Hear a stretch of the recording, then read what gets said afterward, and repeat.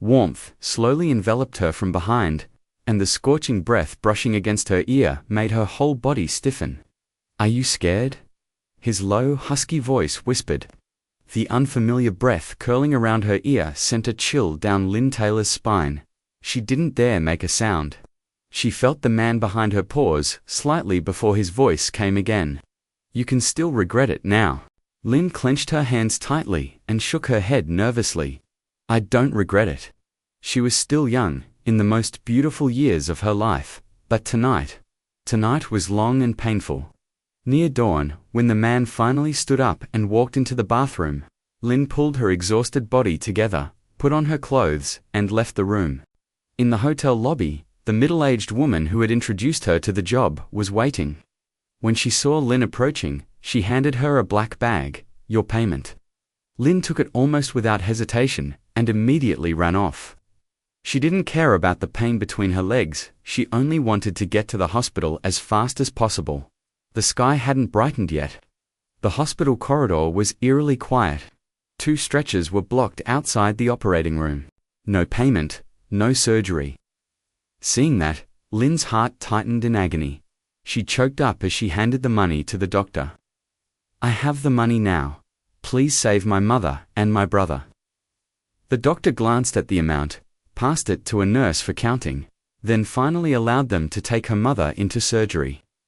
But Lynn didn't see them take her brother inside. Panic surged through her as she grabbed the doctor. "My brother too, please save him." The doctor sighed. "I'm sorry, your brother can no longer be saved." "No longer." "What?" The words struck her like lightning. Everything went black. The pain in her chest cut like a blade, forcing her to collapse onto the cold floor. 8 years ago, when she was 10, her father had an affair and abandoned her and her mother, driving them abroad to fend for themselves. Her brother was born later and diagnosed with autism at 3. Life had always been harsh, and his medical needs made everything even harder. The 2 of them worked whatever jobs they could just to survive. In a foreign land, with no money, no relatives, and no help. When the accident happened, she had nowhere left to go.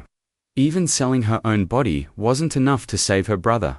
The grief wasn't loud, but it was suffocating, yet she still had to accept it.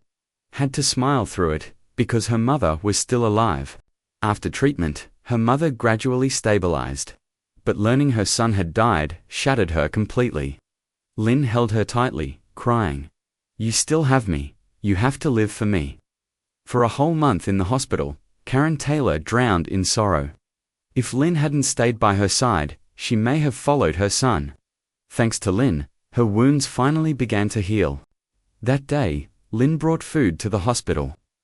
Before she could even open the door to the room, she heard a familiar voice inside. A voice she hadn't heard in 8 years, yet she recognized instantly. Her father. After abandoning them abroad, he had never visited, not once. Yet today, he showed up. He said to her mother, "Karen, you and Madam Thompson were close friends. You two arranged a marriage contract years ago. According to tradition, your daughter should marry their son." Karen trembled with anger. "Richard Taylor, are you insane?" He had abandoned them without a second thought, never caring if they lived or died. And now, he wanted to marry her daughter off. He continued. "The eldest son of the Thompson family is a good man. You know their status. It would be a blessing for Lynn." His voice dropped at the end. "But last month he was bitten by a venomous snake. His nervous system is paralyzed. He can't move, and he can't do that. Marrying him would be no different from becoming a living widow." From the doorway, a calm female voice sounded, "I'll do it." Lynn pushed the door open, standing at the threshold with her meal box clenched in her hands. "I agree to the marriage. But I have one condition." Richard Taylor turned around. The daughter, who used to be so small and fragile now, stood tall, and she was looking at him with a coldness he had never seen before. Lynn's skin was deathly pale, her body frail. Her tiny face was so small it barely filled a palm, dry and lifeless as if she hadn't fully developed. She was nothing like the youngest daughter of the family, neither cute nor charming. Richard Taylor's irritation faded slightly. Given how unremarkable her appearance was, marrying her off to a man who couldn't perform that kind of marital duty wasn't something he felt particularly resentful about. With that thought, Richard asked calmly, "What are your terms? Speak. I want to return to our home country with my mother and have everything that belonged to her returned to us. In exchange, I agree to the marriage." Lynn tightened her fists, steadying her breathing bit by bit. Even though she hadn't lived in the country for years, she had heard of the Thompson family of City be a powerful, immensely wealthy clan. Naturally, the eldest son of the Thompson family held an extremely prestigious status. Lynn didn't believe such good fortune would fall upon her. For all she knew, Ethan Thompson might be very unattractive or physically disabled.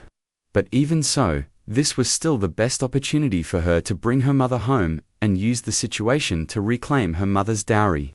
Lynn, Karen Taylor tried to persuade her. Marriage wasn't something to take lightly. Her daughter had endured so much hardship with her. How could she let the girl risk her future with such a marriage? Afraid that Karen might change Lynn's mind, Richard quickly cut in. "Fine, as long as you agree to marry, I'll let you both return home. And what about my mother's dowry?" Lynn looked coldly at the man who was her father in name only. Back then, when her mother married him, Karen had brought a considerable dowry, far from a small amount. Now that she demanded its return, of course, he was unwilling. "Dad, isn't my younger sister very beautiful? She has better prospects. If she ends up marrying a man who isn't whole, her entire life would be ruined. And besides, you and my mother divorced. You should return what she brought into the Taylor family, shouldn't you?" Richard stiffened and looked away.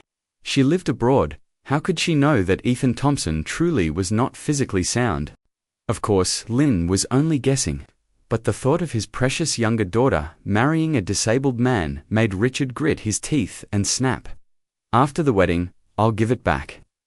His youngest daughter was beautiful, bright, dazzling. How could he marry her to a man incapable of fulfilling his duties as a husband? No matter how noble the Thompson family was, a man who couldn't perform was no different from a cripple in his eyes. With that thought, the discomfort in Richard's chest eased a little. But deep down, his resentment toward Lynn only grew, always trying to get money out of him. He glared at her and said coldly, "Your mother truly failed to raise you properly. You don't have the slightest manners." Lynn wanted to say that the one who failed in his duties as a father was him, but she couldn't argue now. Her position was too weak. Provoking him would only worsen things for her. "Pack your things. We leave tomorrow." With that, Richard flicked his sleeve and stormed out of the hospital room.